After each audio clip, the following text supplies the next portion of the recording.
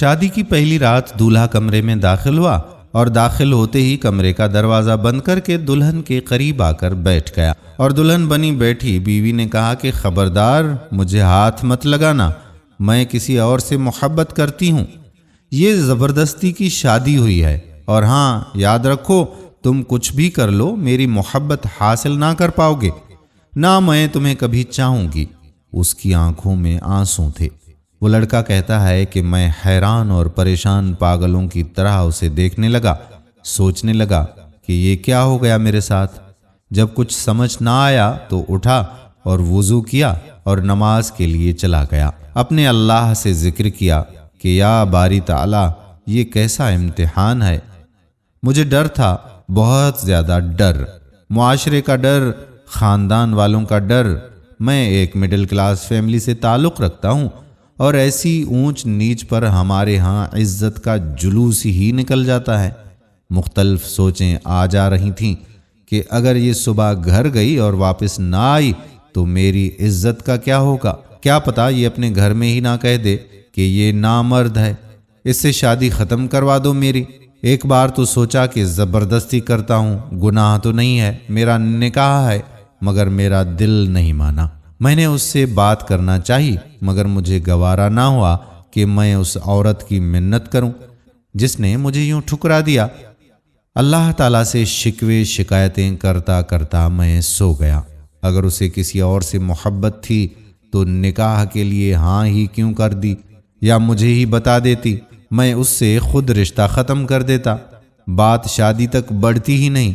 اب شادی بھی ہو گئی اور میرا شادی میں اتنا سارا خرچہ بھی ہو گیا، میری تو زندگی ہی برباد نہ ہوتی نا۔ میں متوسط طبقے سے تعلق رکھنے والا، شادی پر ساری جمع پونجی لگا چکا ہوں۔ خیر، صبح وہ اپنے گھر چلی گئی، کوئی بات نہیں ہوئی۔ 3 دن تک کوئی ہلچل نہیں ہوئی۔ 3 دن گزر جانے کے بعد اس کی امی کی کال آئی کہ بیٹا تم آئے نہیں اپنی دلہن کو لینے، تو میں لینے چلا گیا۔ میں نے وہاں بھی کوئی بات ہی نہیں کی، ہم واپس گھر آ گئے۔ میری بیوی میرے سامنے تو نہیں، البتہ باہر جا کر یا گھر کی چھت پر جا کر ہر رات فون پر کسی سے باتیں کرتی تھی۔ میں نے اس سے پوچھا تک نہیں کہ وہ کس سے باتیں کرتی ہے، کون ہے وہ جس کے ساتھ فون پر ہر وقت لگی رہتی ہے۔ بس ایک بار پوچھا تھا کہ اسے طلاق چاہیے، اس نے کہا کہ نہیں۔ اس کا جو فون پر عشق تھا اس سے مجھے کوئی مطلب نہیں تھا۔ 5 ماہ ایسے ہی گزر گئے۔ میں کام سے تھکا ہارا رات کو گھر آتا، کھانا باہر سے کھا آتا، اور جب بھی گھر آتا تو وہ فون پر ہی باتیں کر رہی ہوتی۔ ایک دن اس نے پوچھا کہ ایک بات پوچھوں؟ میں نے کہا ہاں پوچھ لو۔ اس نے کہا کہ کیا آپ کو مجھے دیکھ کر طلب نہیں ہوتی؟ میں نے کہا کہ شادی سے پہلے بھی تو کنٹرول ہی تھا، تو تمہیں کیا لگتا ہے کہ اب بھی نہیں ہو سکے گا؟ مگر اس رات بات کچھ اور تھی۔ میں سویا ہوا تھا کہ میرے موبائل کی گھنٹی بجی۔ فون میرے دوست کا تھا۔ اس نے مجھ سے کہا کہ تمہاری بیوی کسی اور مرد کے ساتھ فلانے ہوٹل پر بیٹھی ہے۔ مجھے پہلے تو یقین نہ آیا، لیکن جب اپنی بیوی کو گھر نہ پایا تو بے حد غصہ آیا، اتنا غصہ کہ مجھے اپنا دماغ پھٹتا ہوا محسوس ہوا۔ میں نے اس کی عزت رکھی، کسی کو کچھ نہ بتایا۔ پھر اس نے میری عزت نہ رکھی۔ میں ہوٹل کی طرف چل پڑا، خود کو پرسکون رکھا۔ وہاں اس کو کسی غیر مرد کے ساتھ بیٹھا دیکھا تو آواز دی اور کہا کہ چلو گھر چلو۔ وہ چپ چاپ گھر آ گئی۔ گھر میں نے اسے انتہائی زوردار تھپڑ مارا کہ میری انگلیاں اس کے منہ پر چھپ سی گئیں، اور اس کو بولا کہ اب تم اپنے گھر دفع ہو جاؤ، آج سے میری طرف سے تم آزاد ہو۔ جب تمہیں طلاق چاہیے ہو تو کہہ دینا، مگر میرے ساتھ میرے گھر میں تم ہرگز نہیں رہ سکتی۔ وہ عورت یعنی میری بیوی آج بھی اپنے میکے گھر میں ہے، طلاق نہیں مانگی اس نے، اور ہاں جس کے ساتھ عشق میں وہ پاگل تھی اس نے اس کو اپنایا ہی نہیں، وہ اپنا مطلب نکال کر بھاگ گیا۔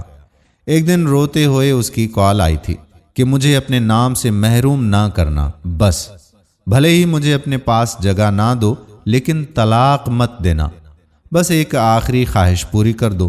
میں نے اس کی خواہش کا احترام کیا، اس کو طلاق نہیں دی۔ اس کے بعد مجھے 3 سے 4 سال لگے خود کو نارمل انسان بنانے میں اور عورت پر یقین کرنے میں کہ ہر عورت ایک جیسی نہیں ہوتی۔ پھر آخر کار میں نے دوسری عورت سے شادی کر لی۔ اب الحمدللہ میرے 3 بچے ہیں۔ یہ دوسری والی بیوی بہت ہی نیک نکلی۔ پتہ نہیں وہ 2-3 سال جو میں نے حوصلے سے گزارے اس کی وجہ سے اللہ نے انعام کی صورت میں دیا کہ میں اب تھوڑی سی بھی ہمدردی کو بہت بڑی بات سمجھنے لگا تھا۔ میں ذرا سا بھی پریشان ہو جاؤں تو میری بیوی کی بھی نیندیں اڑ جاتی ہیں۔ اس کو مجھ سے عشق کی حد تک پیار ہے اور بے انتہا عشق ہے۔ میں ذرا کام سے دیر سے آؤں یا کچھ میسج نہ کروں تو پریشان ہو جاتی ہے، سائے کی طرح آگے پیچھے۔ بعض دفعہ تو مجھے جھنجھلا سا محسوس ہوتا ہے اور اس سے جھگڑ پڑتا ہوں کہ اللہ کی بندی، میں دودھ پیتا بچہ تو نہیں ہوں۔ ایک وہ پہلی عورت، ایک یہ عورت، میں تو وہیں تھا وہیں ہوں۔ میری پہلی والی بیوی سنا ہے کہ اب پاگل ہو چکی ہے، میرا نام لکھ کر چومتی رہتی ہے اور گلیوں میں پھرتی رہتی ہے، اسے اپنی ہوش ہی نہیں رہی۔ 1-2 دفعہ زہر بھی کھا لیا مگر بچ گئی۔